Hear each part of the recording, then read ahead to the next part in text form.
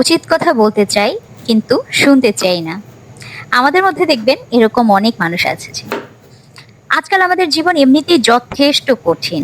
তাই আমাদের চারপাশে এমন মানুষের প্রয়োজন যারা জীবনকে আরো ভারী করবে না, উল্টো আপনাকে হালকা করে তুলবে। হ্যালো, আসসালামু আলাইকুম। আশা করবো যে যেখান থেকে ভিডিওটি দেখছেন সবাই অনেক ভালো আছেন। আলহামদুলিল্লাহ, আমিও ভালো আছি। আজকে পছন্দের একটি তরকারি রান্না করছি। রান্না করতে করতে প্রিপেয়ার করতে করতে ভাবলাম ভালোবাসার মানুষদের সঙ্গে কিছুক্ষণ গল্প করে নিই। এটা একটা অভ্যেস হয়ে গিয়েছে। শীতকালটা আমার এজন্যই ভালো লাগে।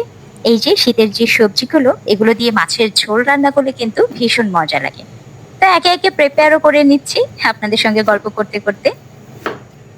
যেটা বলছিলাম আর কি, আমরা সবাই এমন কিছু মানুষ আমাদের লাইফে চাই যাদের উপস্থিতিতেই মনটা শান্ত হয়ে যায়, যারা বোঝাতে না চেয়েও আশ্বাস দেয়, কথা না বললেও নিরাপত্তা দেয়। তারা আশেপাশে থাকলে একটা সেফ একটা ভাইব বা একটা ফিল আপনি পাবেন।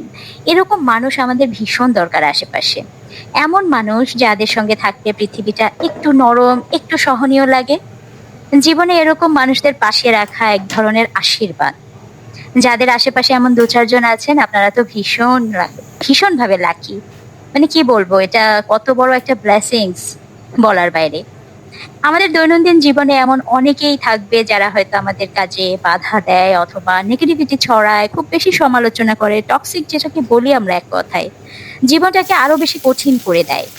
এখন আধুনিক সমাজে আমরা সমস্ত কাজ করে জীবনকে নিয়ে অনেক বেশি কঠিন এমনিতেই হয়ে থাকি, তার উপর যদি এরকম টক্সিক মানুষ আশেপাশে থাকে, তাহলে জীবনটা আরো বেশি দুর্বিষহ হয়ে ওঠে। তাই এর মধ্যে আমার যেটা মনে হয় সবচেয়ে বেস্ট সলিউশন হলো তাদের ইগনোর করা। তবে হয়তো আমরা কিছুটা, সমাজ বলুন পরিবার বলুন, যেই প্রবলেমগুলো ফেস করছি সেগুলো হতে কিছুটা হলেও আমরা একটু স্বস্তি পাবো, একটু আরাম পাবো। দুনিয়াটা মনে হবে এতটা কঠিন না। মানুষ আসলে সামাজিক প্রাণী, মিলে মিশে চলতে পারাই কিন্তু আমাদের বৈশিষ্ট্য। কিন্তু মাঝে মাঝে এমন কিছু মানুষ আমাদের আশেপাশে চলে আসে যাদের সঙ্গে মানিয়ে চলাটা খুবই কষ্টসাধ্য হয়ে যায়। কারণ তারা শুধু শোনাতে পছন্দ করে, শুনতে পছন্দ করে না। তারা শুধু চায় উচিত কথা, যেটা তারা বলছে সেটাই উচিত কথা এবং সেটাই আপনাকে শোনাতে। আপনি কি বলতে চাচ্ছেন সেটা বোঝার বা মানে সেই মন মানসিকতাটাই তাদের নেই। এজন্য আসলে যতটুকু সম্ভব আপনার আশেপাশের সার্কেলটাকে আপনার মনের মতো করে রাখার চেষ্টা করুন। তো এই তো আপনাদের সঙ্গে গল্প করতে করতে কিন্তু আমার সবজিগুলো কাটা হয়ে গিয়েছে। আজকে আমি রান্না করছি আপনার ফুলকপি দিয়ে, টমেটো আলু দিয়ে, একেবারে সিম্পল ওয়েতে একটু পাবদা মাছের ঝোল করে নেব। তো সেটাই করছি। আর মনে হলো একটু প্রিপেয়ার করতে করতে ভালোবাসার মানুষদের সঙ্গে কিছুটা গল্প করে দিই। তাই আসলে মনের কথাগুলো আপনাদের সঙ্গে শেয়ার করি, কারণ আশেপাশে দেখা যায় অনেক মানুষ থাকলেও মনের কথা বলার মতো মানুষের বড্ড অভাব আমাদের। তো এই তো সবগুলো একসঙ্গে দিয়ে আমি কিছুটা ভেজে নিচ্ছিলাম শীতের সবজিগুলো দিয়ে। টাটকা টাটকা যদি এভাবে একটু ঝোল তরকারি করা যায় ভীষণ ভালো লাগে। আরেক চুলোতে আমার ভাতটাও ছড়িয়ে দিয়েছি, ভাতটাও মোটামুটি হয়ে যাচ্ছে। তারপর যেটা করব, মোটামুটি ভেজে নেওয়ার পর মাছটাকে আমি আর ভাজবো না, মাছটাকে আমি কেটে রেখেছি, কেটে ধুয়ে সাইড করে রেখেছি। এই তো এগুলো ভাজার পর যেটা আমি করেছি, একটু আদা রসুনটা দিয়েছি। আদা রসুনটা আমি একটু পরে অ্যাড করলাম আর কি, প্রথমে সবজিগুলোকে একটু ভেজে নিয়েছি। আপনারা আপনাদের পছন্দ মতো যে কোনো সবজি কিন্তু এখানে অ্যাড করতে পারেন। সামনে ব্রোকলির সিজন আসবে, তখন তো ব্রোকলিও আমি এখানে অ্যাড করব। ফুলকপি, ব্রোকলি এগুলি আমার বরাবর ভীষণ ভালো লাগে। তবে এই আইটেমগুলো না ফ্রোজেন করে দিলে সে টেস্টটা কিন্তু আসে না। টাটকাটার যেই মজা বা টেস্ট যেটাই বলুন না কেন। তো এই তো হালকা করে আমি আবার একটু হলুদের গুঁড়ো এড করে দিলাম।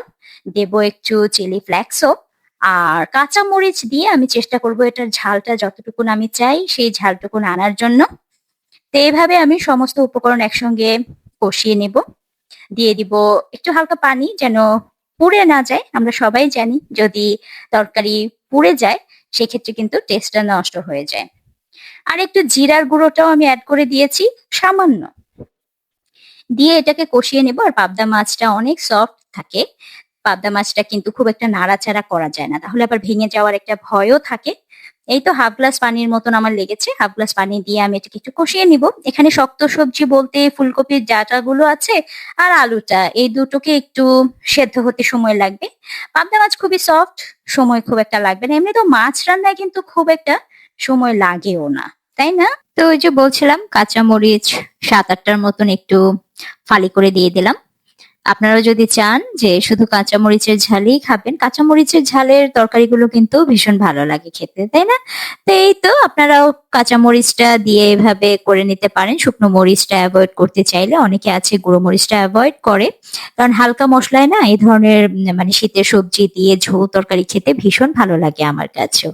তো এখন একটু মিশিয়ে দিচ্ছি কারণ যদি আবার গুঁড়ো মসলাগুলো কোথাও দলা পেকে থাকে তখন কিন্তু মুখে লাগলে ভালো লাগবে না। তাই যেটা আমি করেছি এখনই স্প্যাচুলা দিয়ে একটু নাড়াচাড়া করে দিয়েছি কারণ পরবর্তীতে নাড়াচাড়া করতে গেলে মাছটা ভেঙে যেতে পারে। খুবই নরম মাছ, পাবদা মাছ। তারপর দিয়ে দিয়েছি আমি ২ কাপ পানি, দেখতে পেলেন আপনারা। দিয়ে ঢাকনা দিয়ে আমি এটাকে ১৫ মিনিট রান্না করে নিয়েছি। ১৫ মিনিটের মধ্যেই কিন্তু মাছটা সফট হয়ে যায়। আর ওই তো ধনেপাতা ছাড়া তো ইনকমপ্লিট থেকে যাবে। মোটামুটি আমি এরকম ঝোলই চেয়েছি।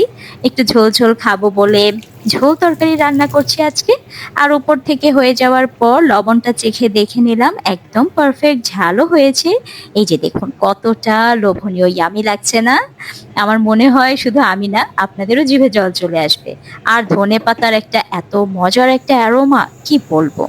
শীতকাল আসলে স্পেশালি পছন্দ হওয়ার এটাও একটা বড় রিজন আমার জন্য। তো যাই হোক, আপনাদের সবার সঙ্গে গল্প করতে, করতে মনটাও ভালো হয়ে গেল। খুবই মানে সুন্দর একটা সময় কাটালাম এবং রান্নাটাও আমার ডান হয়ে গিয়েছে। পাবদা মাছের ঝোল ডান। এখন আমি যেটা করব, পাবদা মাছের ঝোলটাও হয়ে গিয়েছে, ভাতও হয়ে গিয়েছে। একটু মানে করলা ভাজিটা করে নেব। খুবই সিম্পল ভাবে অল্প একটু তেল দিব, মানে একদম ইজিয়েস্ট ওয়ে। একটু দিয়েছি আপনার কাঁচা মরিচ আর পেঁয়াজ কুচি, আর দিয়ে দেবো একটু আলু। একটি আলুকে আমি কুচি করে নিয়েছি, নিয়ে এখানে আমি এভাবে করলা ভাজিটাও করে নেব। তো মোটামুটি আমার কিন্তু রান্না আপনাদের সঙ্গে গল্প করতে করতে ডান হয়ে গিয়েছে। আশা করছি আপনাদের ভিডিওটি বরাবরের মতো ভালো লাগবে। তো কেমন লাগলো ভিডিওটি অবশ্যই আমাকে একটু কমেন্ট করে জানাবেন। আজ চলে যাচ্ছি, দেখা হবে পরবর্তী ভিডিওতে। আল্লাহ হাফেজ।